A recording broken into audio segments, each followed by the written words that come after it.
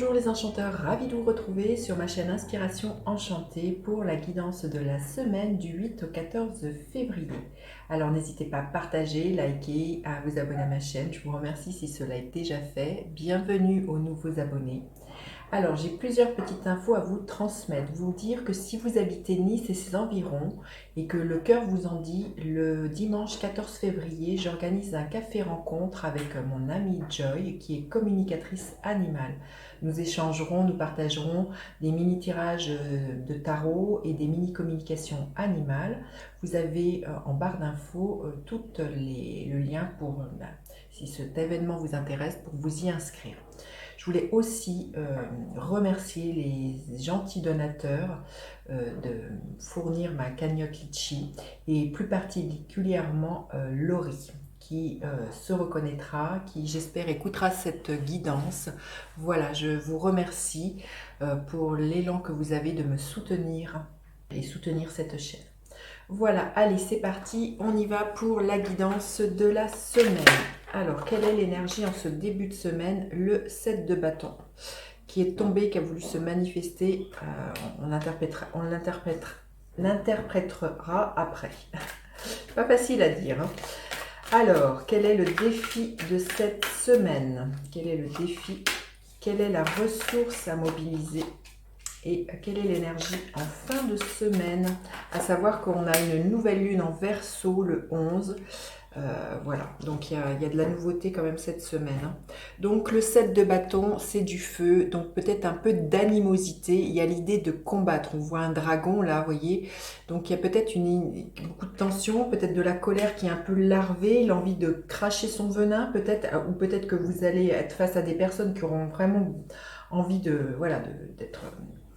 Vous cherchez des noix, j'ai envie de vous dire, dans des rapports de force. Là, on vous dit de tenir bon. Il y a vraiment une idée avec ce set de bâton de vraiment tenir bon face à vraiment les personnes autour de vous qui pourraient déjà, entre autres, être du style mais moi, à ta place, je ferais ci, je ferais ça.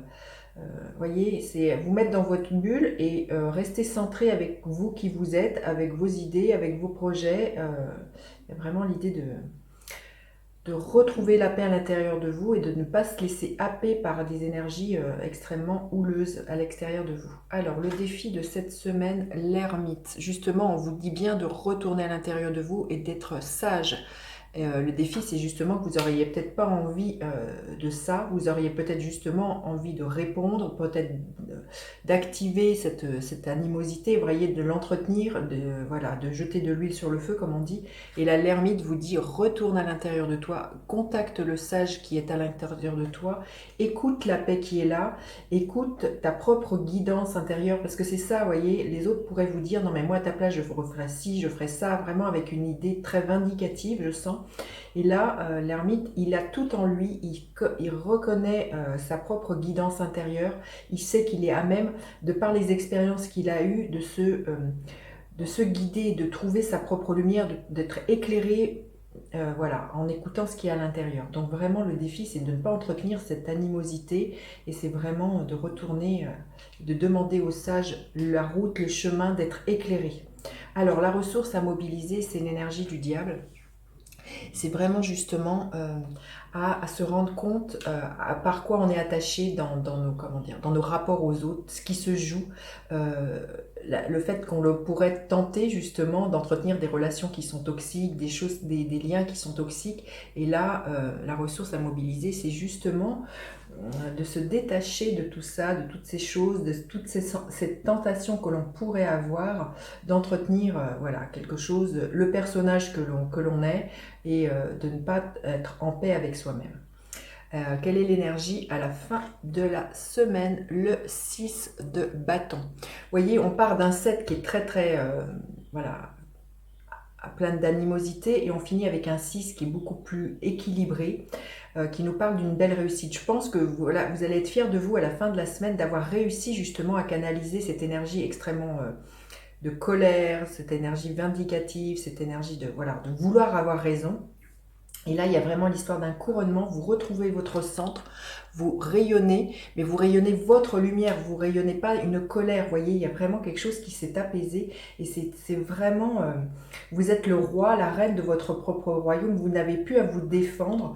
Vous êtes qui vous êtes. Et on le sent. Et les gens n'auront certainement moins envie qu'en début de semaine de vous dire ce qu'ils pensent que vous devriez faire. Il y a vraiment l'histoire que qu'on vous reconnaît qui vous êtes et on vient moins vous attaquer entre guillemets. Hein. Il y a vraiment quelque chose comme ça. Alors, quel est le gardien de la lumière auquel on peut faire appel cette semaine et un éclairage supplémentaire pour cette semaine qui avait vraiment un retour à soi, je trouve, et à se faire du bien, hein, vous voyez, à être dans des plaisirs simples et ne pas entretenir la colère. Alors, voilà, l'abondance, elle est là. Vous allez vous rendre compte qu'il n'y a pas peut-être pas à vous défendre d'avoir l'idée d'un manque ou l'idée de manquer d'argent, de manquer d'amour. Ça, c'est l'énergie du diable qui pourrait être là. Vous voyez, ces jeux de pouvoir qui sont là et tous les attachements que l'on peut avoir et ceux par quoi on se soumet par peur. Donc là... l'abondance, elle est là, vous manquez de rien, vous avez des amis autour de vous, vous avez votre famille, vous avez des attentions. Il y a vraiment l'idée de récolter hein, pour moi. Et là, ce que vous récoltez, c'est vraiment du respect. On va vous respecter à la fin de la semaine. Vraiment, il y a vraiment un bel équilibre qui est là. Et quel est le gardien de la lumière? Cérunos. C'est exactement l'énergie du diable pour moi, force de vie. Exprimez votre passion intense, les formes sensuelles et sexuelles sont accrues. Il y a vraiment quelque chose comme ça, de laisser émerger et couler la vie qui coule en vous et laisser cette libido créatrice être à l'œuvre, mais dans le sens de ne pas comment dire, la retourner contre vous en entretenant la colère, mais en faisant quelque chose de voilà, peut-être d'artistique ou de créateur. Voilà, écoutez, vous me direz comment cette guidance résonne. N'hésitez pas à partager, liker, à vous abonner à ma chaîne. Je vous dis à bientôt pour d'autres guidances. Bye bye les enchanteurs.